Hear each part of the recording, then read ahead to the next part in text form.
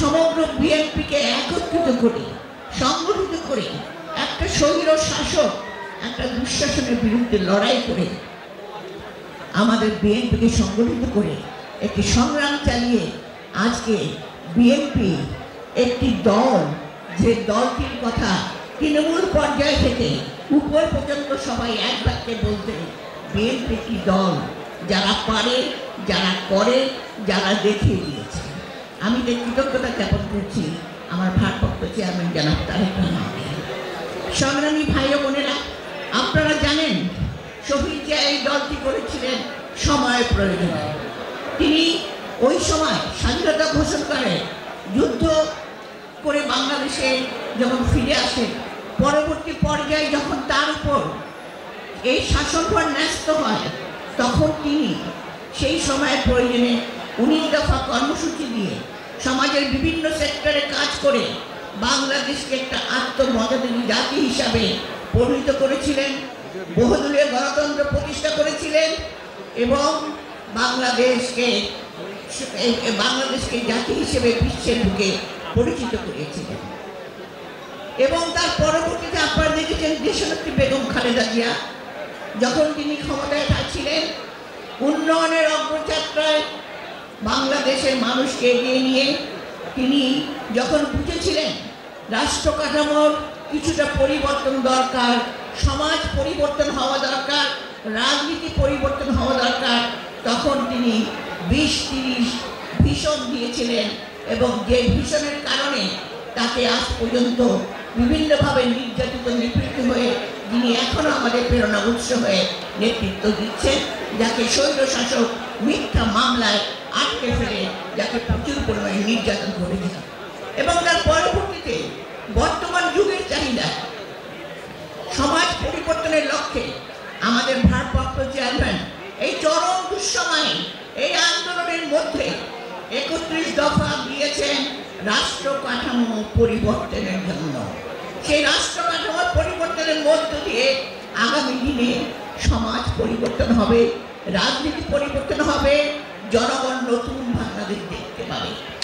তাই আজকের এই দিনটা আমাদের জন্য শুধুমাত্র আমাদের জন্মদিন, কিন্তু আজকে আমাদের নেতাকর্মীর কাছে এটি অঙ্গীকারবদ্ধ একটা দিন, যেদিন আমরা অঙ্গীকার করব আমাদের নেতা আজকের দিনে আমরা অঙ্গীকার আমাদের নেতা ভারপ্রাপ্ত চেয়ারম্যান জনাব তারেক রহমানের কাছে, দেশনেত্রী বেগম খালেদা জিয়ার কাছে আমরা অবশ্যই এই 31 দফার সংস্কার জনগণের মাঝে ফুটিয়ে তোলে। এখন যে দুঃসময় চলছে, রাজনীতিতে যে উথাল পাথাল চলছে, যে ষড়যন্ত্রের আভাস আমার একটু আগে আমার মেজর হাফিজ বলে গেলেন এবং এখানে ডক্টর জাহিদও বলেছেন, সেই অতীতে গৌরবের চাহিদায় আমরা যেন কাজ করে বাংলাদেশে ধানের শীষকে আবারও সেই ওই গৌরব ঐতিহ্য আমরা বজায় রাখতে পারি। সেই জন্য আমাদেরকে কাজ করতে হবে। আমরা জানি আমরা খুব কঠিন সময় পার হচ্ছি, কিন্তু এই কঠিন সময়ের মধ্যে আমাদেরকে ধৈর্য রাখতে হবে।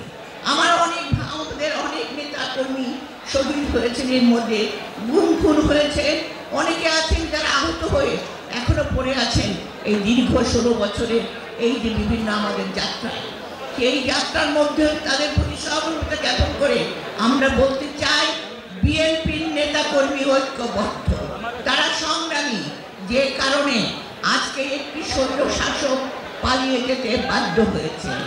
আজকে যারা ষড়যন্ত্র করছে তারা কিছু যখন নির্বাচন ঘোষণা হয়েছে, কিছু রাজনৈতিক দল নির্বাচন বানচাল করার চেষ্টা করছে, কিন্তু আমরা জানি কারা করছে।